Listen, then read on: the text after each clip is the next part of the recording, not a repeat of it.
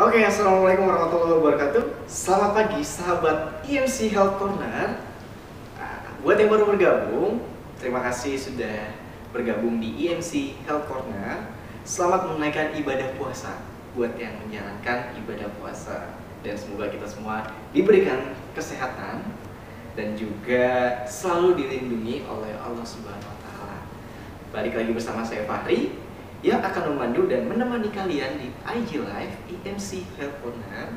Pada kesempatan pagi hari ini kita akan membahas topik kesehatan yang membahas tentang rapid test dan juga swab PCR. Nah, nanti kita akan ada penjelasan mengenai rapid test dan juga swab PCR langsung dari Dr. Astri Novita SPPK Mars. Beliau adalah salah satu dokter spesialis patologi klinis. Halo dok, sapa dulu di rumah. Sahabat IMC Health Corner, gimana kabarnya hari ini? Semoga tetap semangat dalam berpuasa dan tetap di rumah ya. Oke, baik. Dan gak kalah menariknya lagi, kita langsung ditemani juga oleh Dr. Tessa Oktaramdani SPPD. Nah, beliau ini adalah salah satu dokter spesialis penyakit dalam. Betul ya dok ya? Sapa dulu untuk sahabat IMC. Oke, selamat pagi sahabat IMC Health Corner. Oke, nah 30 menit ke depan kita akan membahas seputar rapid test dan juga swab PCR. Menarik sekali untuk teman-teman di rumah yang tidak tahu nih rapid test itu seperti apa dan juga swab PCR itu seperti apa. Nah, terima kasih dokter sudah bergabung di IMC Health Corner. Baik, kemungkinan dalam waktu 30 menit ke depan kita akan membahas mengenai yang tadi saya sudah sampaikan kepada sahabat IMC Health Corner mengenai rapid test dan juga swab PCR.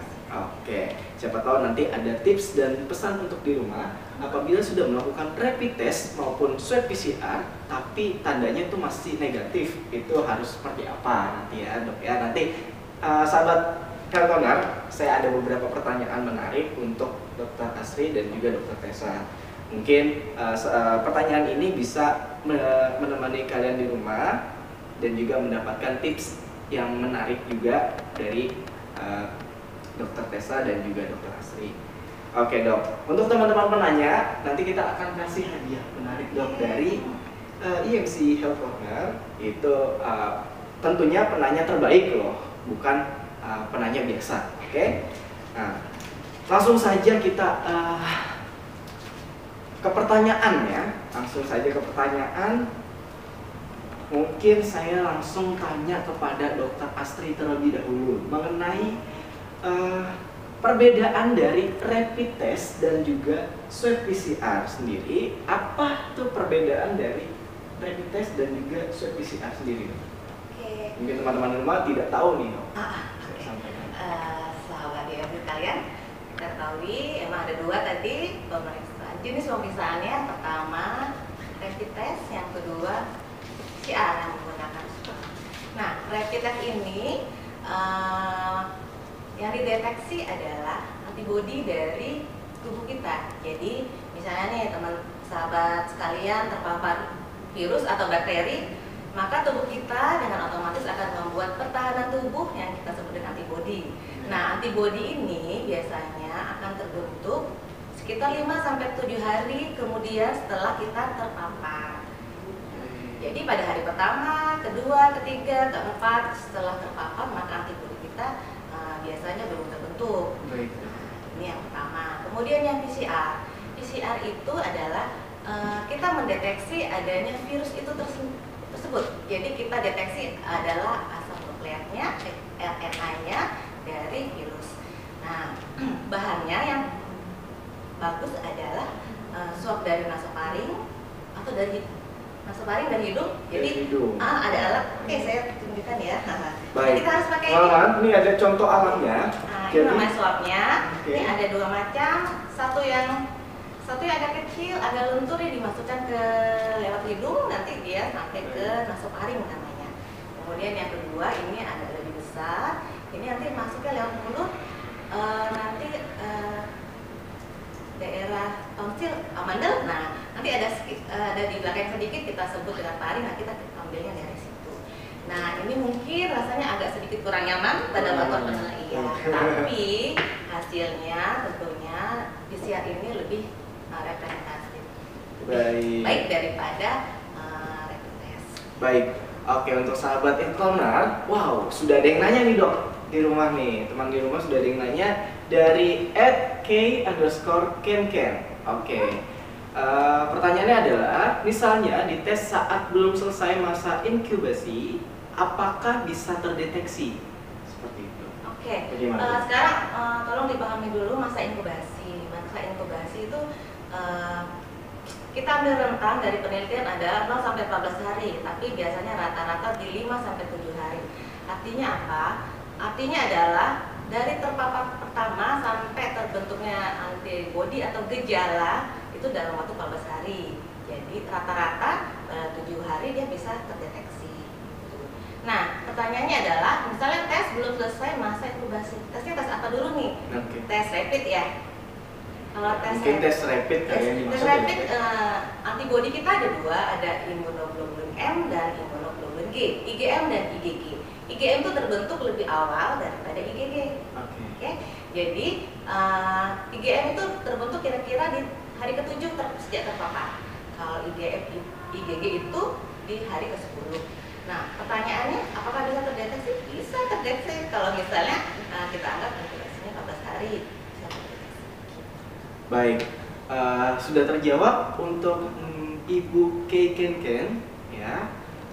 Baik dok, tadi saya masih mungkin sahabat Incorner yang tadi nanya, saya agak bingung nih, mengenai IgM dan juga IgP.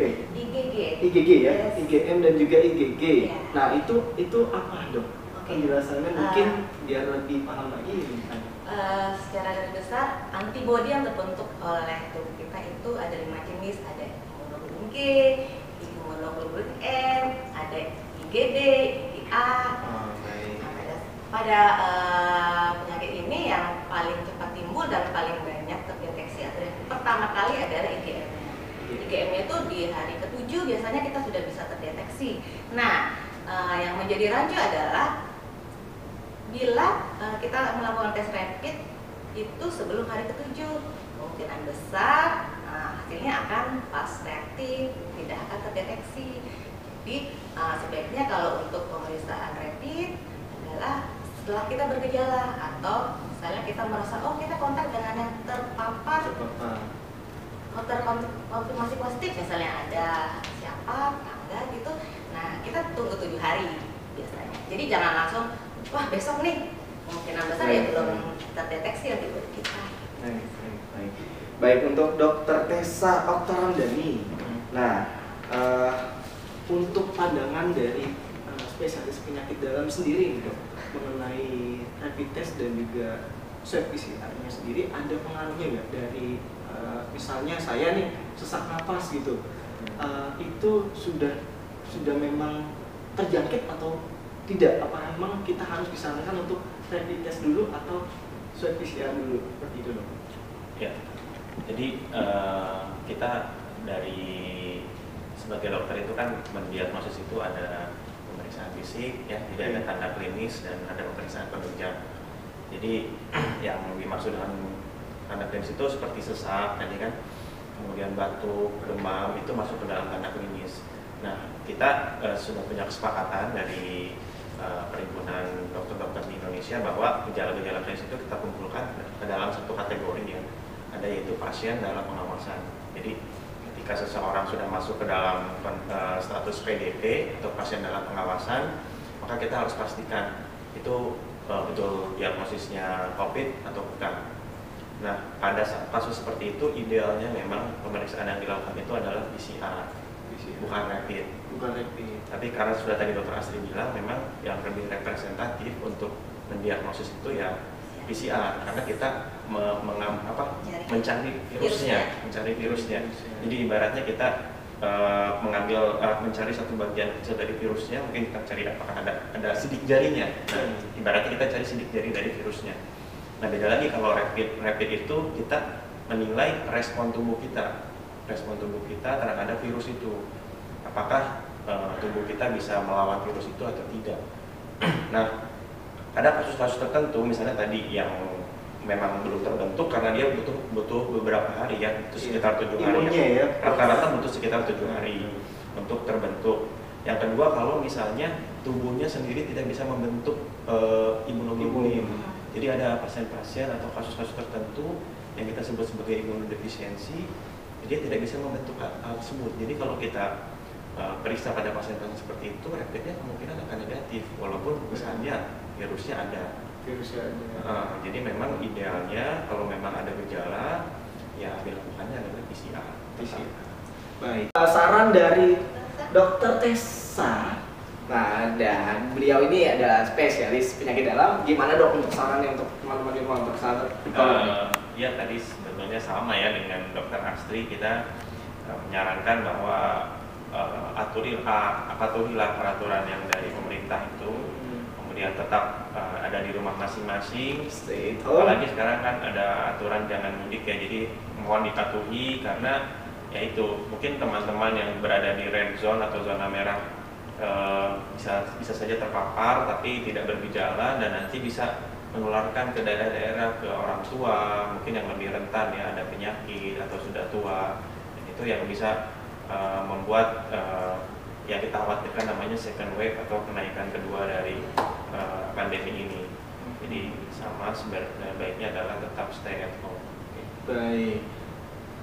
Oke, mungkin sahabat Health Corner, IMC Health Corner, ada yang ingin bertanya lagi atau sudah tidak ada? Kalau memang sudah tidak ada, mungkin karena waktu kita sudah habis ya dok ya, mungkin kita pamit dulu di IMC Health Corner di pagi hari ini. Terima kasih untuk semua yang telah menemani kami di IMC Health Corner pada pagi hari ini. Terima kasih juga untuk Dokter Astri Novita SPPK dan juga Dokter Tessa Oktarandani SPPD yang telah memberikan edukasi kesehatan mengenai perbedaan rapid test dan juga swab PCR. Ya, mungkin yang ingin menanyakan lebih lanjut langsung saja datang, atau untuk pengecekan lebih lanjut datang langsung ke Dokter Astri.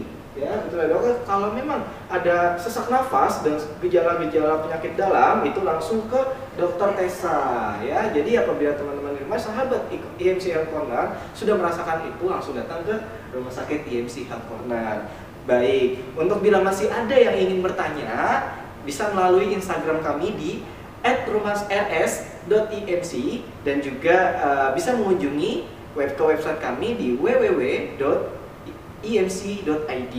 Jadi seperti itu untuk hari ini. Pada pagi hari ini sudah disampaikan langsung dari Dokter Asri dan juga Dokter Tessa. Sampai jumpa di IMC Health Corner selanjutnya. Terima kasih banyak untuk teman-teman di rumah. Selamat bulan Ramadan, selamat menjalankan ibadah puasa. Terima kasih untuk teman-teman di rumah. Assalamualaikum warahmatullahi wabarakatuh.